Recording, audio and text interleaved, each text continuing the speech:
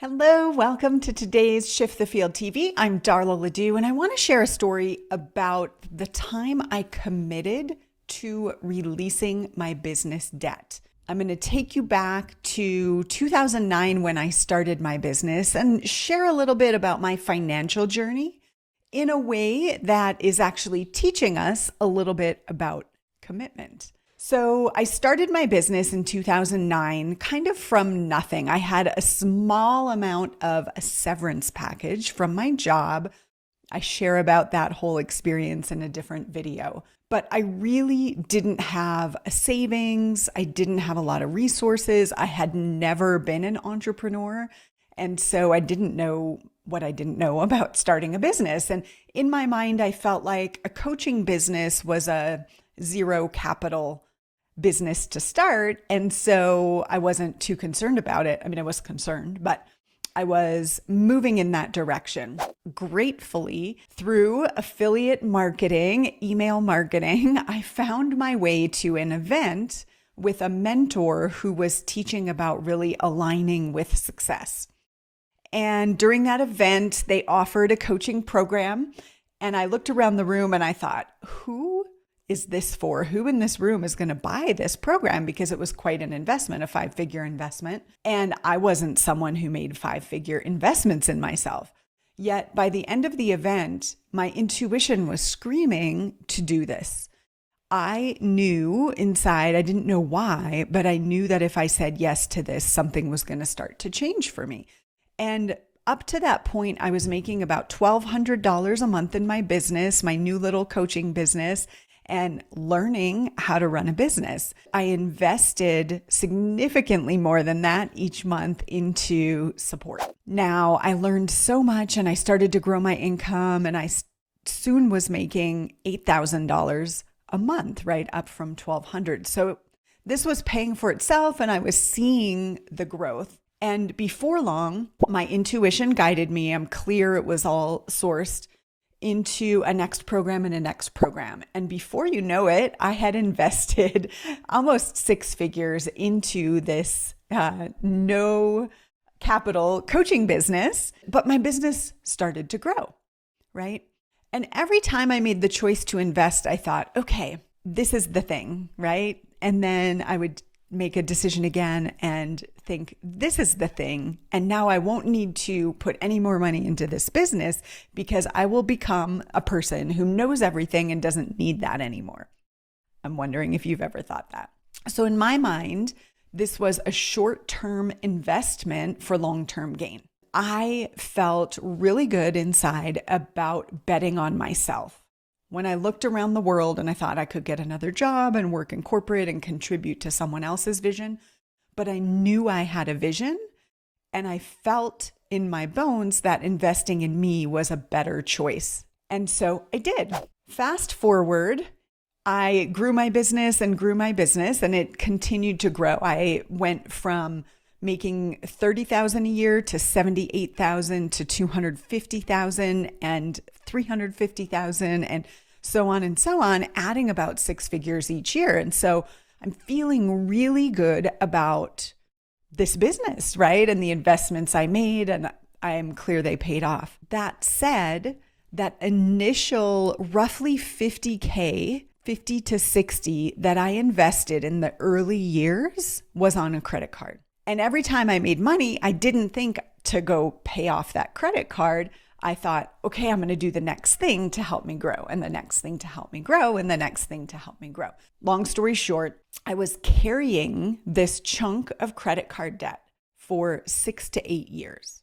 And if we were in a room together, I'd say, raise your hand if you can relate, because I know I'm not alone. You know, I know our culture is kind of embraced credit card debt, right? And I'm grateful, by the way. I'm so grateful because in the beginning, when I made that first investment, I did not understand how to work with capital and work with debt. I did not understand anything around making strategic decisions to invest in something that was going to grow. It just wasn't in my awareness growing up. We didn't have resources to consider what we would do with them. And my mother was very anti-credit card.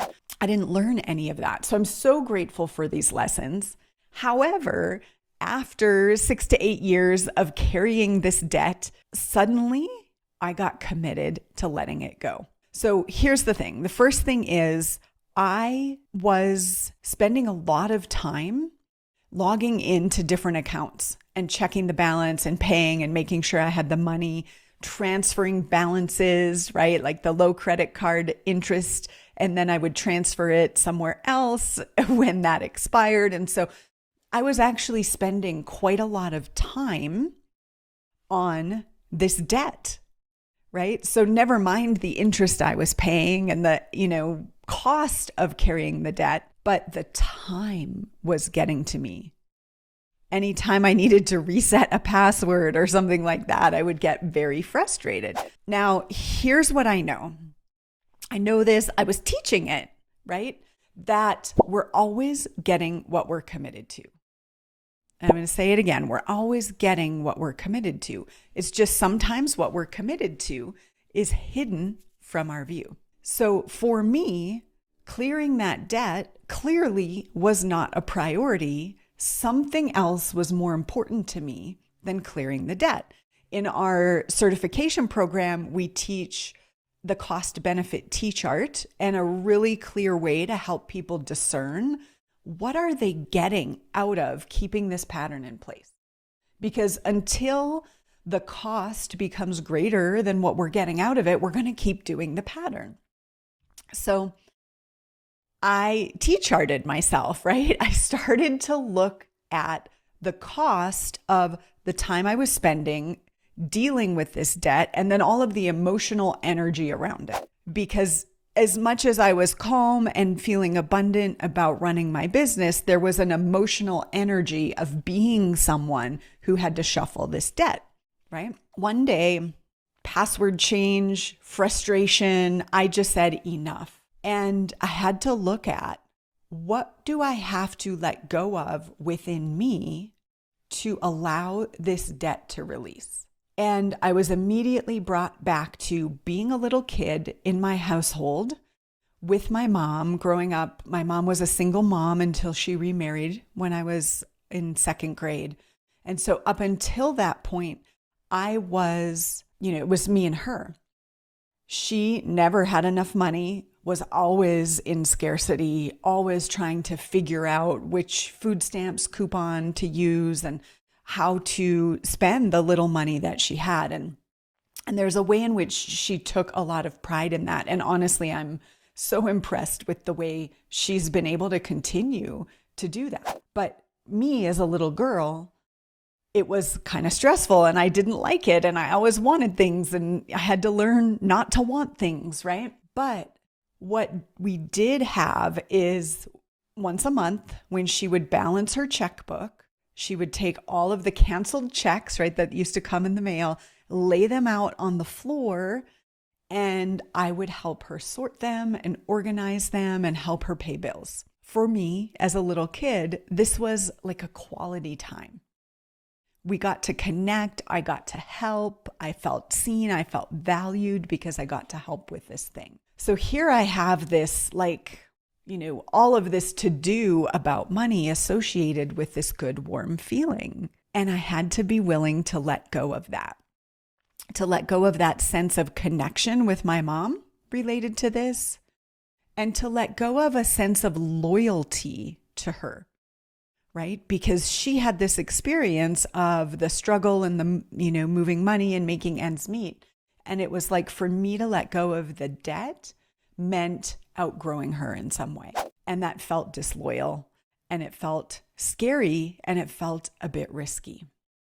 As I started making more money, to be able to trust that it was okay for me to have freedom and joy and lightness around money was a whole thing, right? And I had to let that go. Now, when I made the decision, within 4 months, I cleared $60,000 in credit card debt. 4 months. Now, here's the thing. I had a way for money to come in. I had programs and offers. And so I didn't have to actually go hustle to have it come in. I just made the decision internally and I shifted my field in alignment with being someone who's debt-free and all that that meant. I had to release, transmute that old energy and align with that new beingness. And within 4 months, I earned an extra $60,000 in my business. People paid for the programs that I had above and beyond my expenses, and I was able to take that debt to zero.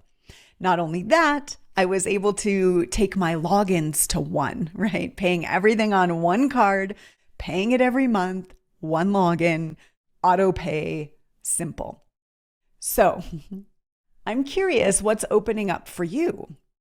I wanted to share this story because I want you to know this isn't just a theory, right? And that I've made decisions that have cost me a lot, right? And I totally believe in the abundance of the universe. So all of the money I paid toward interest is like, okay, it's recirculating and more can arrive. How is this resonating? What are you taking? I would love to hear comments below this video. If there's someone that you think needs to hear this, if they just need to shift their commitment into alignment with the them that they want to be, please share this video.